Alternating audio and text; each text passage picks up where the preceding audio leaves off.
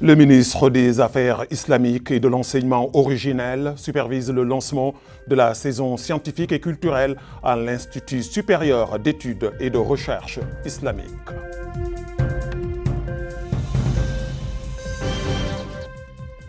À la veille du 8 mars, le ministre des Affaires sociales, de l'enfance et de la famille prononce un discours dans lequel elle réaffirme le rôle essentiel que jouent les femmes dans la construction de la nation.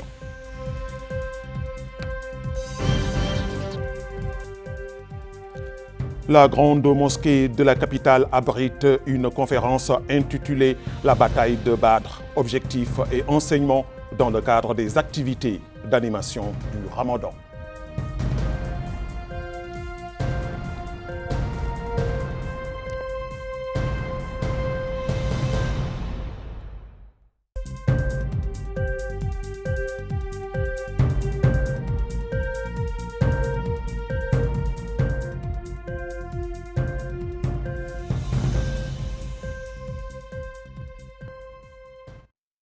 Merci de vous joindre à nous. Le ministre des Affaires islamiques et de l'enseignement originel, M. El Fadil Ould Sidati Ould Ahmed Louli, a supervisé hier soir une cérémonie d'iftar organisée par l'Institut supérieur d'études et de recherche islamique à l'occasion du lancement de la saison scientifique et culturelle. Absolo. L'Institut supérieur d'études et de recherche islamique a organisé à Nouakchott une cérémonie d'iftar à l'occasion du lancement de sa saison scientifique et culturelle en présence du ministre des Affaires islamiques et de l'enseignement originel, M. El Fadil Ould Sidati Ould Ahmed Louli, ainsi que de plusieurs responsables enseignants et chercheurs.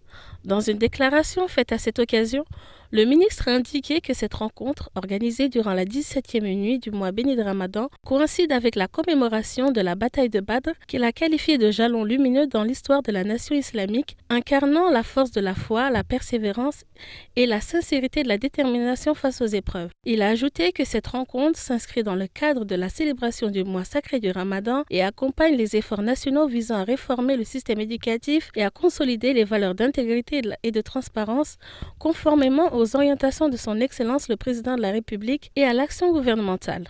Le ministre a également rappelé que l'Institut supérieur d'études et de recherche islamique constitue depuis plusieurs décennies un véritable phare du savoir islamique, de la langue et de la pensée ayant contribué à la formation de générations de savants, de chercheurs et de cadres au service de la société. De son côté, le directeur de l'Institut, M. Mohamed Ould Cheikh Ould Rabbani, a souligné que les savants mauritaniens ont toujours été les meilleurs ambassadeurs de leur pays, mettant en avant le rôle central de l'Institut dans la formation scientifique et dans la conciliation entre l'authenticité du savoir et les exigences de la modernité. Pour sa part, l'imam de la grande mosquée, M. Ahmedou Ould Lemrabot, a appelé à tirer profit des bienfaits du mois sacré de Ramadan en renforçant les liens de parenté, en multipliant les actes de générosité et en intensifiant la récitation du Saint-Coran. Il a également mis en garde contre les dangers de la corruption pour l'individu et pour la société.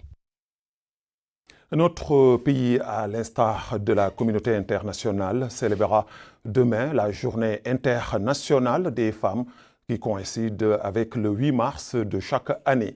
À cette occasion, la ministre des Affaires sociales, de l'enfance et de la famille a affirmé dans un discours que le 8 mars est une journée pour réaffirmer notre fierté du rôle essentiel que jouent les femmes dans la construction de la nation. Aminata Ka nous en dit plus.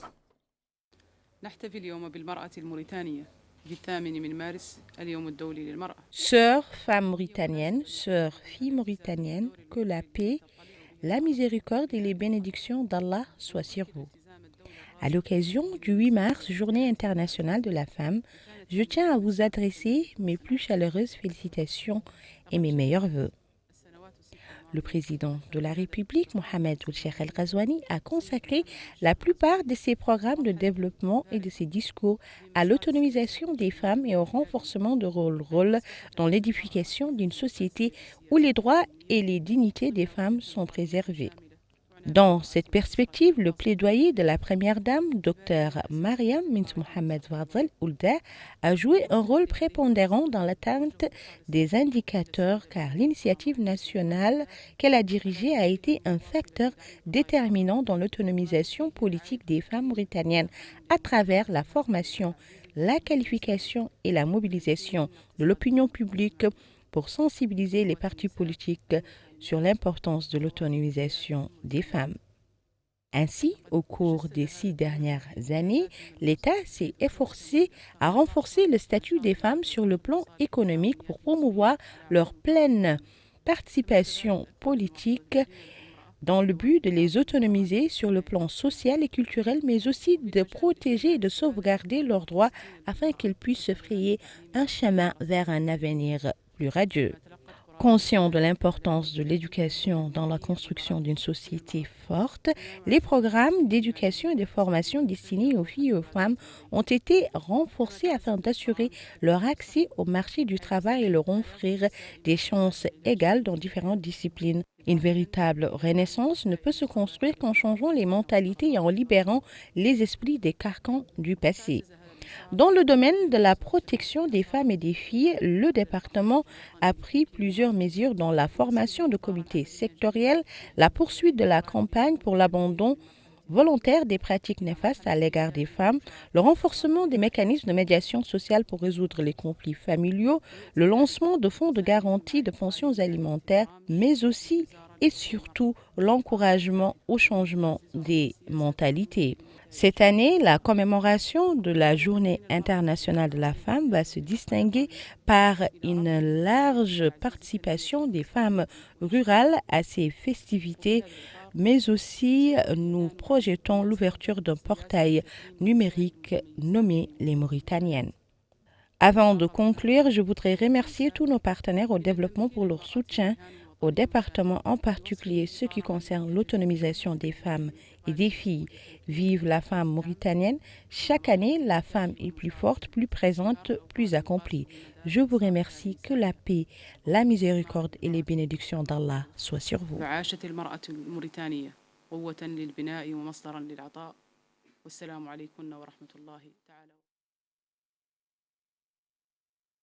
La grande mosquée de Nouakchott a accueilli aujourd'hui la 18e conférence du programme d'animation du Ramadan organisée par le ministère des Affaires islamiques.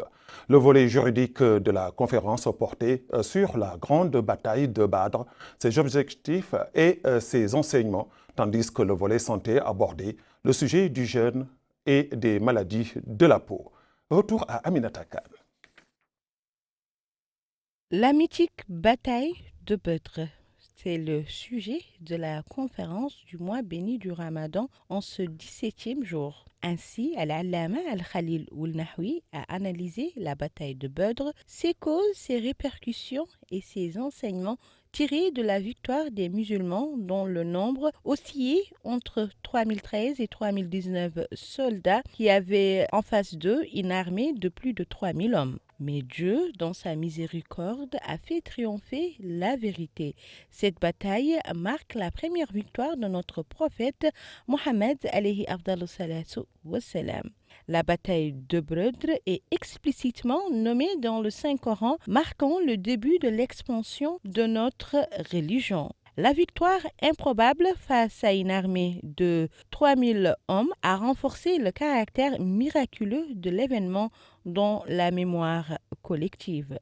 Sur le plan de la santé, le médecin a abordé le sujet des maladies de la peau et du jeûne. Le spécialiste a dans ce cadre expliqué comment les maladies de la peau affectent le jeûne, l'importance de les traiter rapidement d'un point de vue médical au cas où elles méritent l'interruption du Ramadan. Le 17e jour du mois béni du Ramadan est considéré comme un jour mémorable pour la Oumma islamique car il commémore la victoire des musulmans à la bataille de Badr. Cet épisode fait partie des grandes victoires de notre religion. Dans le cadre du programme d'animation du mois béni du Ramadan, supervisé par le ministère des Affaires islamiques, la vieille mosquée de Néma a accueilli cet après-midi un colloque religieux commémorant la bataille de Badr à l'occasion du 17e jour du mois sacré du Ramadan. Le séminaire a réuni le gouverneur adjoint de la wilaya du Hod Sharqi, des représentants de l'administration et un groupe d'érudits et d'imams. Un des imams participant à la rencontre a indiqué que la bataille de Badr a établi un ensemble de chartes telles que les droits des prisonniers et des enfants et la lutte contre la corruption, soulignant que la victoire des musulmans dans cette bataille est le résultat de la fermeté, du sang-froid, de la patience, de la cohésion interne et de la motivation morale. Le wali adjoint de l'Adrar, M. Abou Bakrin Oul Mohamed, a supervisé hier soir à l'ancienne mosquée de la ville d'Attar une cérémonie honorant les lauréats de la 6e édition du concours de mémorisation et de récitation du Saint-Coran. Cette compétition est organisée par l'association des Mahadras de l'Adrar. Retour à Absalo. L'ancienne mosquée de la ville d'Attar a abrité une cérémonie de remise de prix aux lauréats de la 6e édition du concours de mémorisation et de récitation du Saint-Coran. Au total, 23 lauréats ont été récompensés parmi les 200 participants représentant différentes communes. Le directeur régional des affaires islamiques et de l'enseignement originel, M. Cheikh Sid Ahmed Ould Mohamed, a félicité les lauréats et salué les efforts de l'association des Mahadras de l'Adrar dans l'enseignement du Saint-Coran et de ses sciences. Pour sa part, le président de l'association des Mahadras de l'Adrar, M. Mohamed Abdallahi Ould Baha, a indiqué que l'organisation de ce concours vise à diffuser les sciences du Saint-Coran et à encourager les étudiants à poursuivre la quête du savoir. Le maire de la commune d'Attar, M. Brahim Ould Abde Bahi, a également salué cette initiative, appelant à accorder davantage d'attention à l'enseignement du Saint-Coran et à soutenir les étudiants dans leur parcours d'apprentissage. Cette initiative vise à encourager la mémorisation du Saint-Coran, à promouvoir les enseignements de la religion islamique et à consolider les valeurs islamiques au sein de la société. Ainsi prend fin ce journal. Merci de l'avoir suivi. Avant de nous quitter, le rappel des titres. Le ministre des Affaires islamiques et de l'enseignement originel supervise le lancement de la saison scientifique et culturelle à l'Institut supérieur d'études et de recherche islamique.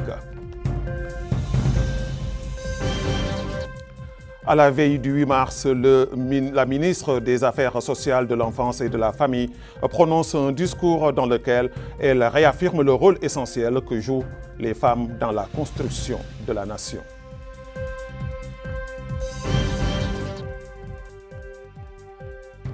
La grande mosquée de la capitale abrite une conférence intitulée « La bataille de Badr », objectifs et enseignements dans le cadre des activités d'animation du Ramadan.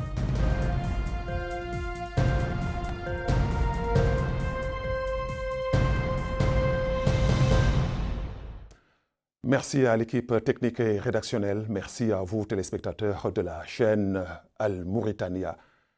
Bonsoir.